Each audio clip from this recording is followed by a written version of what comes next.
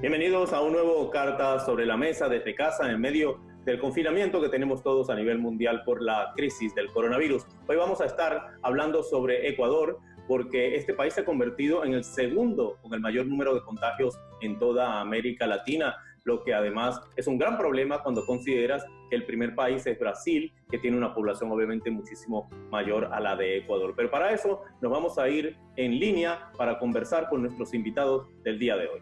Lastimosamente, en el Ecuador no se tomaron las medidas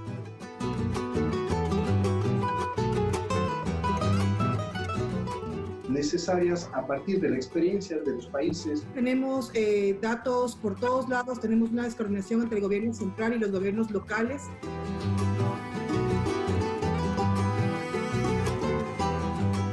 No se logran poner de acuerdo y obviamente esto hace que las cifras no sean confiables. Es lo que están requiriendo, que la factura de la crisis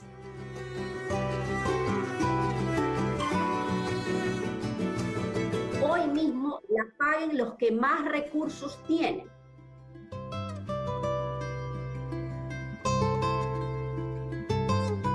Bueno, bienvenidos. Quería empezar explicándole a las personas que nos están viendo el día de hoy cómo es que Ecuador es el segundo país de América Latina con el mayor número de contagios detrás de Brasil, como decía yo al comienzo de este programa, lo que obviamente no es ningún gran indicativo porque Brasil tiene una población muchísimo mayor que la ecuatoriana, lo que convierte al Ecuador prácticamente en el país con la peor crisis sanitaria del coronavirus en América Latina. ¿Cómo se justifica todo esto? Es diferente cuando una catástrofe se presenta de manera sorpresiva en un país o en un estado y ese estado y ese país no puede tomar las previsiones, obviamente, por eso se conoce como un hecho de la naturaleza a estos acontecimientos extraordinarios como un terremoto y puede ser como una propia pandemia cuando recién inicia en un país. Lastimosamente, en el Ecuador no se tomaron las medidas necesarias a partir de la experiencia de los países donde ya se había estado desarrollando la crisis. Lo que estaba pasando en China, lo que estaba pasando en Italia, lo que estaba pasando en España. En realidad, las medidas que se comenzaron a tomar acá fueron muy tardías y sobre todo una, que creo que es la fundamental, hasta el día de hoy, que no se ha concretado, es el tema de los test, el tema de las pruebas. Comenzamos con aislamiento parcial, comenzamos con unas medidas en los aeropuertos muy tibias, entregando simplemente un flyer, un panfleto y nada más. Recién a finales de febrero se comenzó a tomar, por ejemplo, la temperatura a las personas que llegaban de los diferentes países y obviamente el tema de los test. Recién esta semana comenzamos a ver que ya las pruebas comienzan a darse en el nivel que deben darse. Entonces, ahí están errores fundamentales que le están costando muchísimo al país y obviamente que no solamente que tengamos esta imagen internacional, porque bueno, al fin y al cabo, la imagen deteriorada del país ahí está. El tema es las muertes que estamos teniendo en el país, lo cual es gravísimo. Sí, bueno, eso quería comentarle, quería pasarle la palabra a la asambleísta Marcela Guiñaga, que ella es la asambleísta representante de Guayas, en donde está Guayaquil, que es obviamente la ciudad que más ha sufrido la pandemia del coronavirus. ¿Qué nos puede contar, asambleísta, de lo que ha estado pasando allá?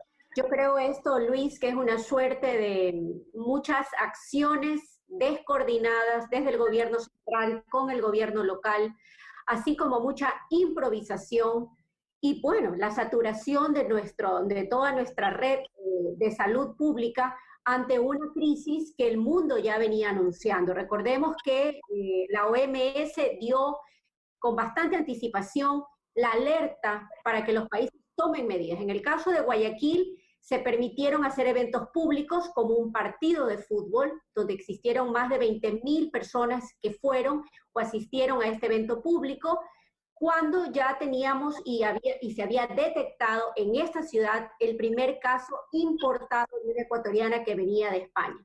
Así que creo que el cúmulo, digamos, de toda esta improvisación, de decisiones mal tomadas y demás, llevó, por supuesto, a que una ciudad como la ciudad de Guayaquil tenga el 70% del número de contagios y que llevó a la saturación no solamente de la red de salud pública, sino también de todo lo que tiene que ver con el levantamiento de cadáveres, y ahí es que la ciudadanía mundial puede ver estas imágenes que algunas partes del gobierno o algunos voceros dijeron que eran fake news. No, no eran fake news, eran hechos reales del dolor que tuvimos que vivir las familias guayaquileñas. Sí, además quería comentar que precisamente aquí a nivel internacional las primeras imágenes que causaron escándalo fueron las de familiares teniendo que quemar a sus parientes en la calle porque simplemente las funerarias no sé si era que estaban cerradas o no se daban basto con la cantidad de muertos y por la desesperación de tener obviamente un cuerpo en descomposición en casa y que era propenso obviamente a más enfermedades,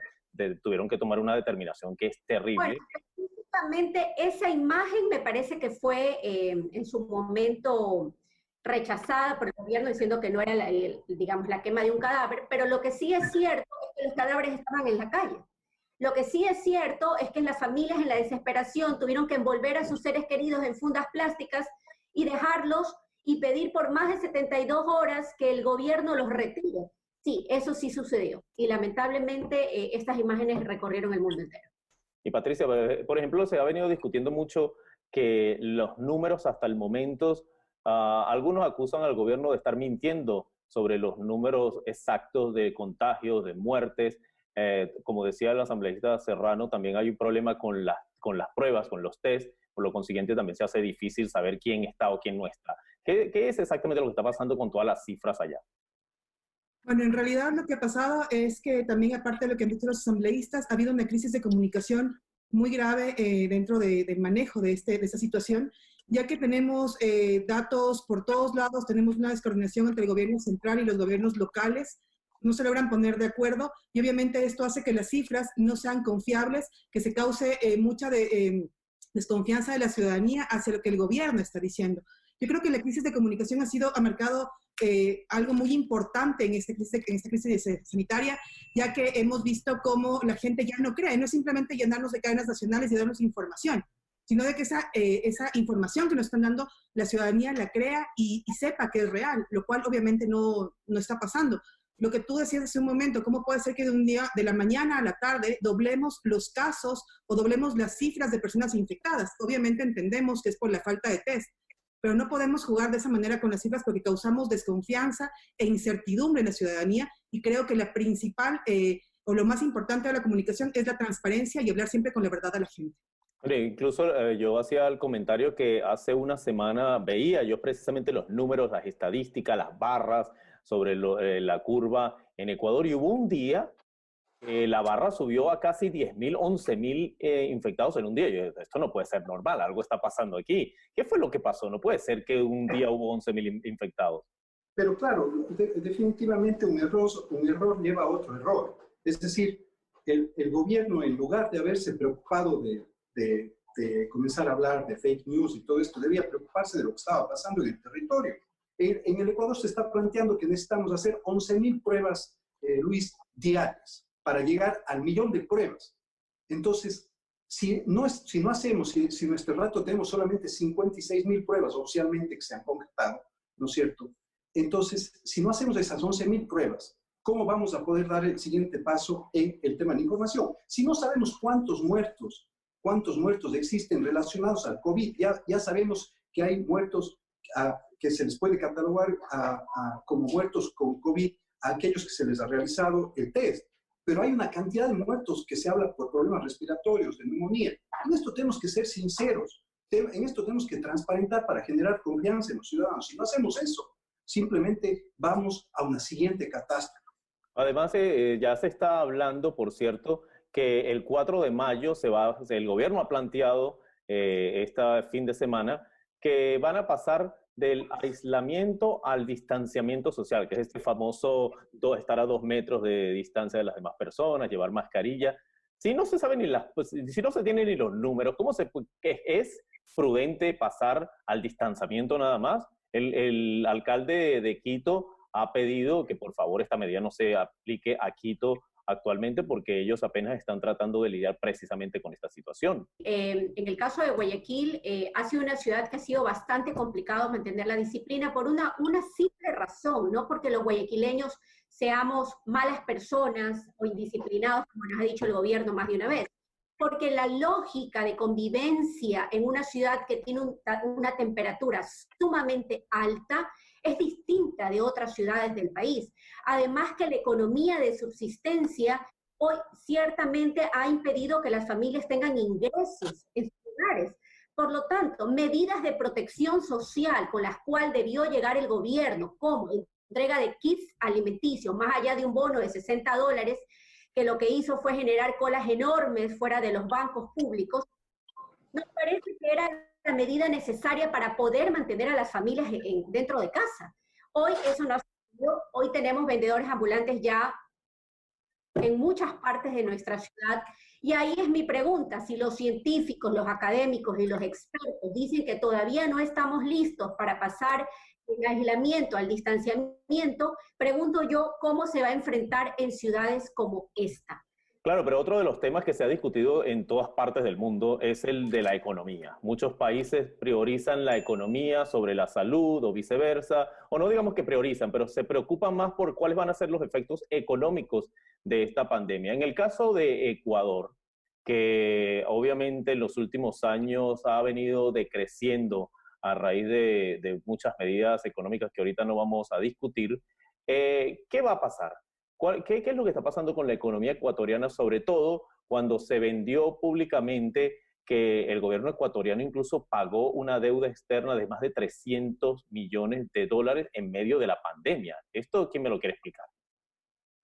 Mire, la Asamblea Nacional, si me permite, Marcela, la Asamblea Nacional fue la primera, y del Ecuador fue la primera instancia, yo creo que a nivel mundial, en torno a poderes legislativos y con relación al Ejecutivo, que se pronunció en torno al no pago de la deuda externa. El no pago de la deuda externa y una renegociación de la misma. No solamente una renegociación, porque una renegociación puede tomar 6 meses, un año. Eso ya lo estamos viviendo, eso lo hemos vivido permanentemente con los acreedores bilaterales, con el Fondo Monetario, etc. Entonces, la Asamblea del Ecuador se pronunció y dijo: gobierno, Ejecutivo, no pague la deuda externa, no pague la deuda externa, utilice esos fondos para comprar test, para comprar insumos para nuestros médicos, para proteger a nuestros médicos, y sin embargo, esa deuda lastimosamente se pagó, lo cual, desde mi perspectiva, fue un gravísimo error. ¿A quién se le pagó esa deuda, Patricia, por ejemplo? Porque hablaban también de que eran unos bonos de una deuda y al final no se ha esclarecido nada al respecto. Además, se hablaba de que había que pagar esa deuda para que les pudieran prestar $2.000 millones. ¿A quién le pagaron esto?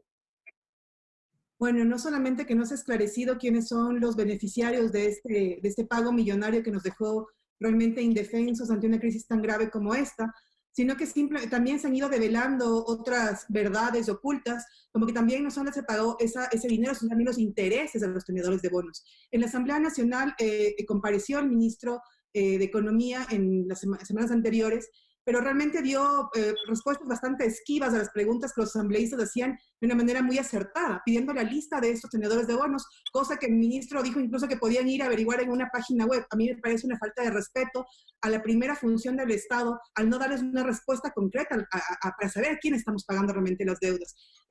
Esto realmente nos dejó en una situación terrible y causó esta crisis tan grave que vivió principalmente la ciudad de Guayaquil. Pero además de todo esto, yo lo que he venido viendo, analizando el panorama que se viene sobre el Ecuador, Ecuador que es una economía que depende muchísimo también del petróleo, y como ya sabemos, los precios del petróleo se han ido a cifras negativas, es decir, se está pagando para que te compren el petróleo en algunos lados, y por ejemplo en el caso de Venezuela la cesta ya ha llegado a $9, me imagino que la de Ecuador andará por esas cifras. Si a eso le sumamos el hecho de que se han gastado el dinero pagar una deuda, ¿con qué cuenta Ecuador para poder solventar esta crisis? Bueno, yo creo específicamente, Luis, que Ecuador efectivamente ya tenía problemas económicos, una economía en recesión, 3 años de malas decisiones en el ámbito económico. Recordemos que Ecuador tiene una economía dolarizada, por lo tanto, impedir la salida de capitales es sumamente importante para el equilibrio de nuestras finanzas públicas. Eso no ha sucedido. ¿Qué creemos hoy? Bueno, hay que escuchar lo que también dicen estos fondos internacionales. ¿Qué es lo que están requiriendo? Que la factura de la crisis hoy mismo la paguen los que más recursos tienen. Por lo tanto, el gobierno nacional va en vía inversa, acaba de mandar 2 económicos urgentes a la Asamblea Nacional, donde le meten la mano al bolsillo a la clase trabajadora y a la clase media del Ecuador, y no a los grandes capitales económicos de nuestro país, como la banca, por poner un ejemplo. Así que sí, hoy los recursos son mínimos, usted lo mencionó bien, tenemos la peor recaudación tributaria porque estamos absolutamente paralizados, vamos a tener 0 ingresos en el ámbito de, digamos, de venta de petróleo. Por lo tanto, el gobierno tiene que usar los recursos que le quedan. Hay cuestionamientos desde que se tomen los dineros que tiene el Banco Central, por ejemplo, estamos en una emergencia, hay que romper algunas reglas, digamos, normalmente macroeconómicas que mantienen en su cabeza los economistas, porque hay que enfrentar la emergencia, hay que dar salud a los ecuatorianos, y en las últimas encuestas que acaban de salir, los ecuatorianos tienen 3 preocupaciones. La primera, su salud. La segunda, la comida en la mesa. Y la tercera, ¿qué voy a hacer después de esto? ¿Voy a tener trabajo, sí o no? Así que creo que el gobierno ha tomado decisiones incorrectas, como el pago de la deuda, que coincido con mis compañeros panelistas. Yo aquí quiero decirle, en el año 2019 las utilidades de los bancos fueron de 600 millones de dólares. Entonces, esos bancos, es inadmisible, por ejemplo, que la superintendencia de bancos les haya dicho, señores, reinviertan solamente 700, el 70% de esas utilidades y cobren ese 30, ese 40% de utilidades. Imagínense lo que es esto, entre seis personas se repartieron 180 millones de dólares en plena crisis de la pandemia del Ecuador. Esto es inadmisible. Nosotros vamos a presentar directamente una propuesta para que se incluya en esta ley humanitaria para que los bancos por lo menos reinviertan en sus propios bancos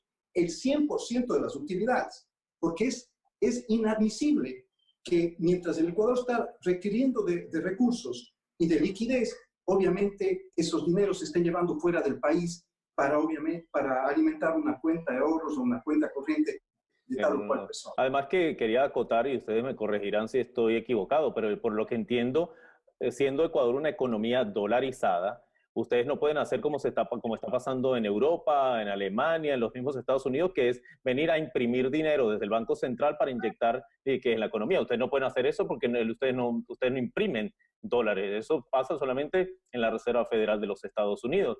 ¿Está en riesgo la dolarización? ¿Ustedes creen que hay un escenario en donde tendrían que volver ustedes, no sé, a pedirle al Banco Central que impriman, que Sucre será? Creo que es una de las preguntas más complejas, en realidad, porque necesitaríamos una bolita de cristal para ver qué va a pasar a futuro. Pero realmente, si uno lee los análisis económicos, se da cuenta que si no se inyecta dólares a la economía y se permite que se siga sacando dineros al exterior, pues obviamente la dolarización podría estar en riesgo. Por eso es muy importante que el Ecuador haga una campaña fuerte de comunicación para que nos dé seguridad económica a los ecuatorianos y tengamos la seguridad de dejar nuestro dinero aquí en el país. Porque si no hacemos eso y empezamos a pensar que estamos en una inestabilidad muy grande, no tenemos un liderazgo fuerte, lo cual también ha sido muy grande en esta crisis, tenemos una crisis de liderazgos terribles, obviamente la gente no siente confianza de su gobierno, no siente confianza de su país y empieza a sacar recursos al exterior, lo cual por supuesto puede poner en riesgo la economía y la dolarización del país, lo cual sería nefasto para nuestro futuro económico, ¿no? Además, Patricia mencionaba una especie de crisis política y aprovechando que lo tenemos al asambleísta José Serrano y a Marcela Guiñaga acá, ¿qué contestan ustedes ante estas acusaciones del presidente Lenín Moreno que dice que todo esto es culpa de la Asamblea Legislativa por primero no apoyar las medidas económicas que él ha planteado y segundo, también el otro discurso que la ministra de Gobierno Romo ha obviamente multiplicado durante este mes, es que todo es culpa del gobierno anterior, es decir, todo es culpa de Rafael Correa. ¿Qué le podemos contestar a esto? Mire, yo le quiero decir, este es un tema de cortinas de humo. El Ecuador necesita insumos para que nuestros médicos, policías, militares y todos los que realizan los servicios este momento en la primera línea estén debidamente protegidos. El Ecuador necesita alimentar a sus ciudadanos y ahora es responsabilidad de la Asamblea.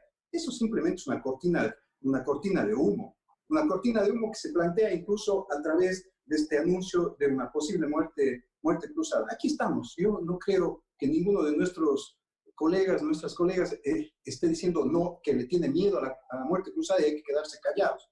Eso le quería preguntar Eso le quería preguntar a Marcela precisamente, que el término de muerte cruzada que ha venido saliendo últimamente en la prensa, en donde nuevamente la ministra de Gobierno Romo hizo prácticamente una amenaza, porque en pocas palabras dijo que ella hará lo que sea necesario. ¿Qué es una muerte cruzada?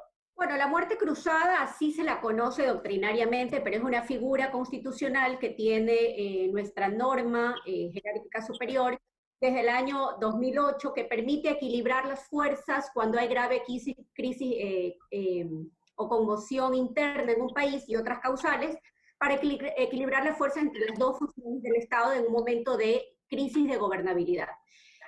Tanto la Asamblea Nacional puede, luego de un proceso, enviar al presidente a su casa y luego pues inmediatamente en 7 días hay que convocar elecciones, como el presidente de la República puede por decreto disolver la Asamblea Nacional por una sola vez hasta el término de su tercer año, que está por vencer el 24 de mayo próximo. Por lo tanto, en ese periodo, los legisladores nos vamos a la casa y él se queda gobernando con decreto de ley sujeto a control de constitucionalidad. Pero sin embargo, de ello solamente quería decir, Luis, que en este momento, ante una crisis económica aguda y profunda, ante una crisis sanitaria que se ha llevado la vida de más de 10.000, se hablan de cifras aquí al menos como más de 10.000 muertos en la ciudad de Guayaquil y en la provincia del Guayas. Mi pregunta sigue siendo ¿es importante abordar una crisis clima política en este momento? Me parece una tamaña irresponsabilidad ante un momento tan grave como vivimos los ecuatorianos. Sí, quería aprovechar que, bueno, ya estamos desafortunadamente terminando el programa y quería preguntarle, he escuchado por ahí que se están tomando algunas medidas económicas paliativas para la población, que al final es la que más sufre, dentro de las que destacan un supuesto bono de $60 mensuales para las familias, que supuestamente lo habían subido más o menos a 500.000 de personas beneficiadas. También el presidente Moreno anunció que iban a recortarse el salario ellos a la mitad y de los asambleístas. ¿Qué opinión le merecen este tipo de medidas de cara a futuro? Y para terminar, quisiera que rápidamente cada uno me contara en su experiencia, ¿qué viene para Ecuador? ¿Qué hay que hacer por el Ecuador en estos momentos? La Organización Mundial de la Salud plantea 6 requisitos, podríamos decirlo así, para que este retorno se pueda dar a este siguiente momento en la pandemia. El control de la transmisión del virus, el conocer la fuente de contagio, la detección y tratamiento de los casos, por otra parte, aislar a las personas infectadas, el seguimiento de sus contactos y minimizar los riesgos de brotes. Entonces, por lo menos en el país debemos hacernos las 6 preguntas, poner estos requisitos y hacernos 6 preguntas. ¿Hemos cumplido con estos requisitos? ¿Estamos listos efectivamente para dar el siguiente paso? Desde mi perspectiva, no estamos listos. Bueno, yo creo que lo que se viene es simplemente ver cómo la falta de conocimiento de nuestros líderes en estos momentos de la realidad se está develando. No darse cuenta que regresar a retomar las actividades tan tempranamente va a causar un rebrote de casos gravísimo, no solamente en Guayaquil, sino en el resto de las ciudades. Me da muchísima pena cómo no entienden cómo se maneja la gente de a pie, cómo se manejan los troles, la ecovía, la metrovía en horas pico. Me encantaría que alguna vez ellos fuesen en un medio de transporte para que se den cuenta cómo es la realidad de los ecuatorianos en una hora pico al momento de trasladarse al trabajo. ¿Ustedes creen que las personas van a poder mantener el distanciamiento social en estos medios de transporte que están sumamente saturados? Es imposible.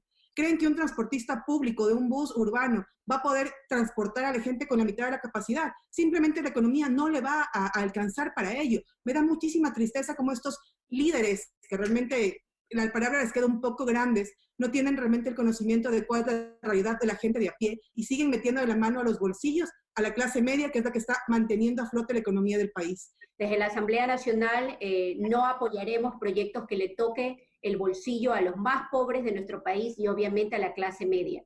Impulsaremos todos aquellos cambios que requieran efectivamente que la factura de esta crisis lo paguen quienes más tienen y quienes hoy tienen ganancias.